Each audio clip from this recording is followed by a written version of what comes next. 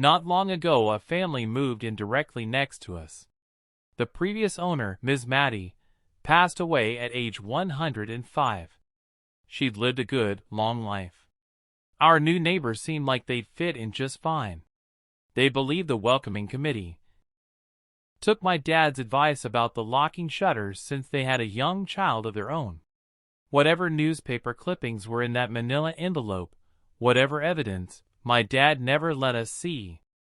But I imagine it must have been awfully convincing since our neighbors got along with no issues for the first month. One night, when our new neighbors had to leave town, they sent their son, Holden, to stay with us. He was 12, a year under me in school. I didn't know him well before that night, but as soon as his parents dropped him off after dinner, I could tell it was going to be a bad time. "Do you know who is always out there whistling every night?" Holden asked the moment the adults left the room. The three of us were sitting in the den. Some Disney movie playing idly on the television. My sister and I exchanged a glance. "We don't talk about that," I said. "I think it's that weirdo that lives in the big yellow house on the corner," Holden said. "Mr. Tolles?" my sister asked. "No way, he's really nice." Holden shrugged. "Must be a psycho killer, then." Nola tensed. "We don't talk about it," I repeated. "Let's go in my room and play Nintendo."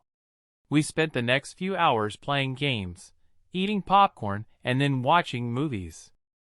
A typical sleepover, but I could see Holden was getting antsy.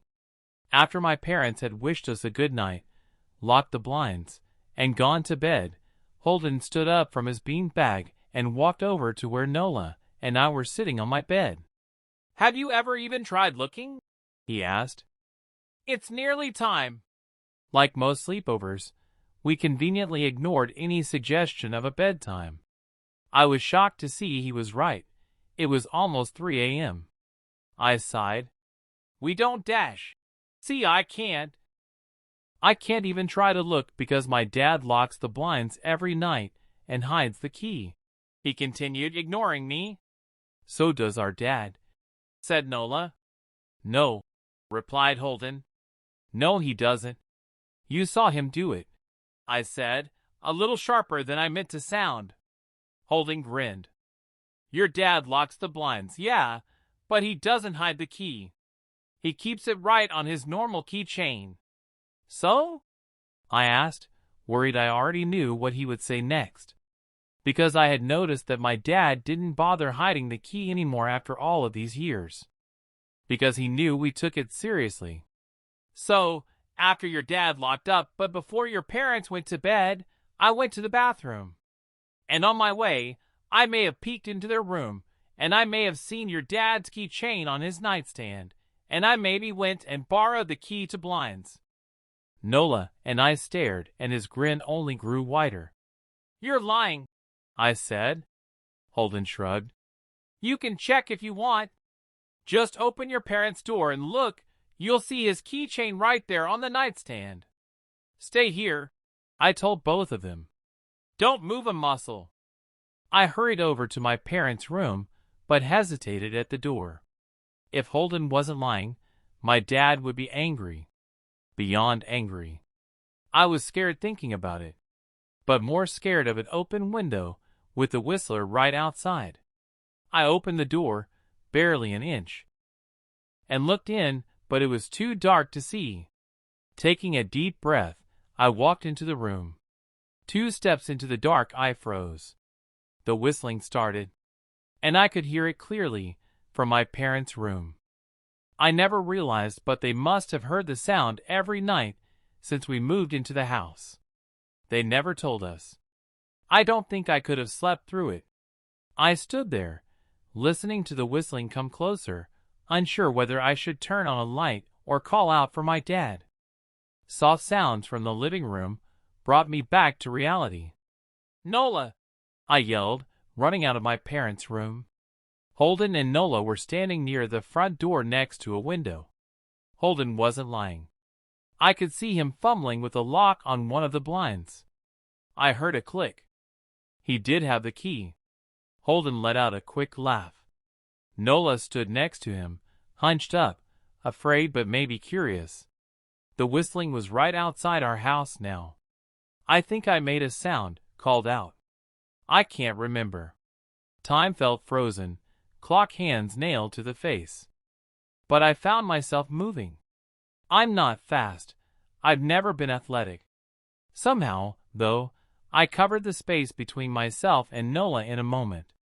My eyes were locked on her, but I heard Holden pull the blind all the way down so it could release. I heard the snap of it start to raise. And I heard the whistling just on the other side of the window. But I had my arms around Nola, and I turned us, so she was facing away from the window. At the same time, I jammed my eyes shut. The blind whipped open. The whistling stopped. I felt Nola shaking in my arms. Don't look. Okay, I told her. Don't turn around. We were positioned so that she was facing back towards the hallway, and I was facing the window. My eyes were still closed. I felt her nod into my shoulder. I reached out with the arm not holding Nola and tried to touch Holden. My hand brushed against his arm. He was shaking worse than Nola. Holden? I asked. Silence. I reached past him and gingerly felt for the window, eyes still sealed shut. The glass was cold against my fingertips. Colder than it should have been for the time of year. I moved my hand up the window, searching for the string to the blind. The glass began to get warmer the further I reached, and there was a gentle hum feeding back into my fingertips. I tried not to think about what might be on the other side of the window. Finally, I touched the string and yanked the blind shut. I opened my eyes. In the dim light leaking out from the kitchen, I could make out Holden, pale and small, staring at the now closed window. Holden? I asked again. He turned towards me and he screamed. Everything became a flurry of motion. Lights sparked to life in the hall, then the living room. My parents' footsteps thudded across the hardwood floor. I didn't turn to look back at them. My eyes were glued to Holden. He was pale. Had bit his lip so hard there was a thin red line of blood running down his chin, and he'd wet himself. What happened? My dad asked from behind me. I managed to swivel away from Holden and look back. He looked. I'd never seen my dad scared before, but I saw it that night, in that moment. An old, ugly terror stitched on his face. A parent's fear. Just Holden, he mouthed to me. I nodded yes. My dad let out a breath. He looked so relieved I nearly expected him to cheer. But then he turned to Holden, and my dad's face changed. I wondered if he felt bad for feeling good that Holden was the only one that looked. There was a knock at the door. We all froze. Holden whimpered. Don't answer it, my mom said. She stood at the threshold of the hall. I'd always thought she was a skeptic and just humored my dad about the windows and the whistler, but that night we were all believers. I noticed that both of my parents held baseball bats they must have taken from their bedroom. The knock came again, a little louder this time. Please don't open the door, Holden whispered. My dad walked over to him, hugged him close. We won't, my dad promised, still holding his bat. Nothing is coming in here tonight. Thud, thud, thud. This time, the knocking was loud enough to rattle the door.